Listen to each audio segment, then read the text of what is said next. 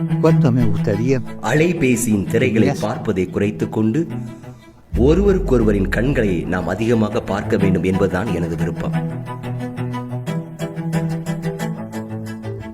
சக மனிதரிடம் செலவிடும் நேரத்தை காட்டிலும் செல்போனில் அதிக நேரம் செலவழித்தால் ஏதோ தவறு இருக்கிறது என்பதை புரிந்து கொள்ளுங்கள்.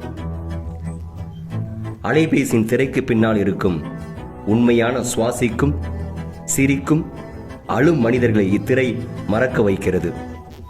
தொழில்நுட்பம் என்பது கடவுள் நமக்கு கொடுத்த நம் அறிவின் கனி என்பது உண்மைதான். ஆனால் அதை நாம் நல்லவற்றிற்கு பயன்படுத்த வேண்டும். மற்றவர்களை ஒதுக்கி வைத்துவிட்டு ஒரு சிலருக்கு மட்டும் இது பயனளிக்க முடியாது. ஆகவே நாம் என்ன செய்ய வேண்டும்? தொழில்நுட்பத்தை நமது ஒன்றிணைப்புக்காக பயன்படுத்த வேண்டுமே தவிர பிளவுபடுத்த அல்ல. அதன் மூலம் ஏழைகளுக்கு உதவ வேண்டும். நோயுற்றவர்கள் மற்றும் பல்வேறு திறன்களை கொண்ட நபர்களின் வாழ்க்கையை மேம்படுத்த வேண்டும். நமது இயற்கையை பாதுகாத்திட பயன்படுத்த வேண்டும்.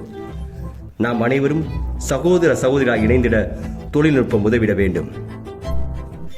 நாம் ஒருவர் மற்றவரின் கண்களை உற்று நோக்கும் போதுதான் உண்மையில் முக்கியமானது என்ன என்பதை கண்டுபிடிக்க இயலும்.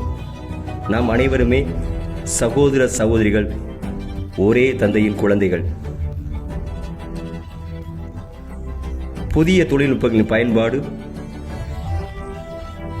மனித உறவுகளை மாற்றாது, மனிதரின் மாண்பை மதிக்கவும் நமது காலத்தின் நெருக்கடிகளை எதிர்கொள்ள உதவும். நாம் மன்றாடுவோம்.